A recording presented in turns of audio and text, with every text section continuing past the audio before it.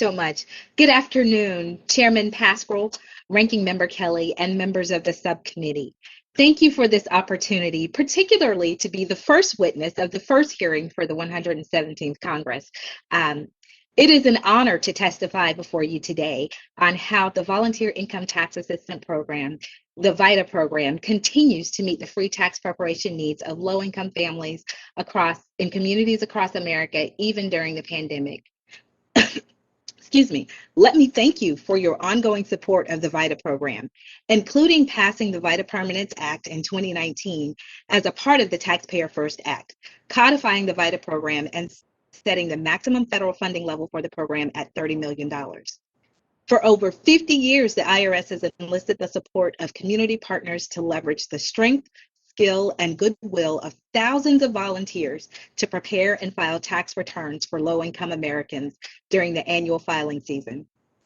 VITA volunteers come from all walks of life and endure a rigorous training and certification process to help low-income, elderly, disabled, and limited English-speaking tax filers complete and file an accurate tax return, claim federal, state, and local credits for which they are eligible, and access other financial capability services to strengthen their family's financial well-being at tax time.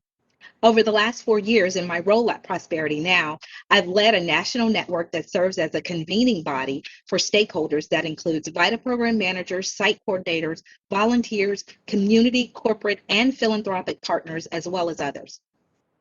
We provide channels for practitioners to connect with one another. We develop tools and resources, share relevant information, and provide technical assistance to strengthen VITA programs, ensure quality return preparation, and extend the program's reach to more low-income Americans. I'm also usually a VITA volunteer site coordinator, but this year, like many of the physical VITA site locations across the country, my site is closed due to the pandemic. The 300 or so families we usually serve will now have to seek alternative options to file their taxes this year.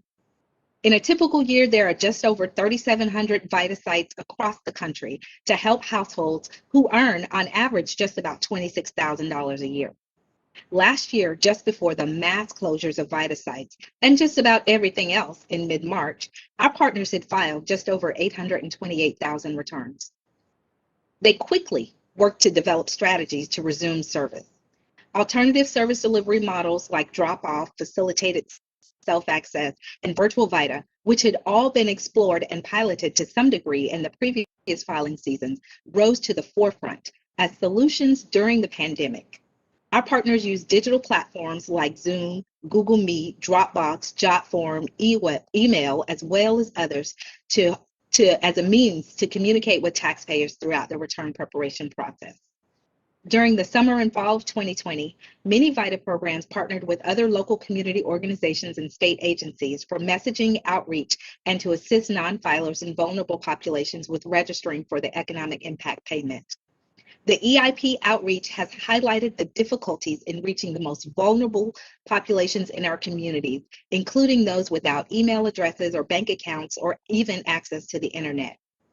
By the end of October, VITA programs had served just over 1 million clients, a notable achievement, but still falling short of the 1.3 million clients we had served in the previous filing season. The normal barriers to success for VITA programs, like technology, volunteer recruitment and training, marketing, and more, have been exacerbated by the pandemic, requiring almost a complete shift in program operations to continue to deliver services. However, the lessons learned from the extended 2020 filing season have proven valuable in easing the transition to broader implementation this year. We asked our members to share how they plan to serve their clients this year.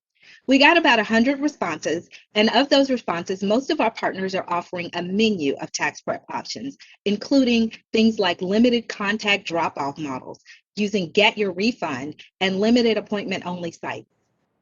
For millions of hardworking Americans, the task of completing a tax return can be daunting. It is not a task that our VITA partners and volunteers take lightly, and they have deliberated extensively over the last several months, even now, on how to get the information we need to prepare a tax return safely and securely during this pandemic. Thank you again for your ongoing support of the VITA program. Thank you, Chairman Pasquarell and Ranking Member Kelly, for the opportunity to share information with this subcommittee about the VITA program. I look forward to answering any questions you or the other members may have.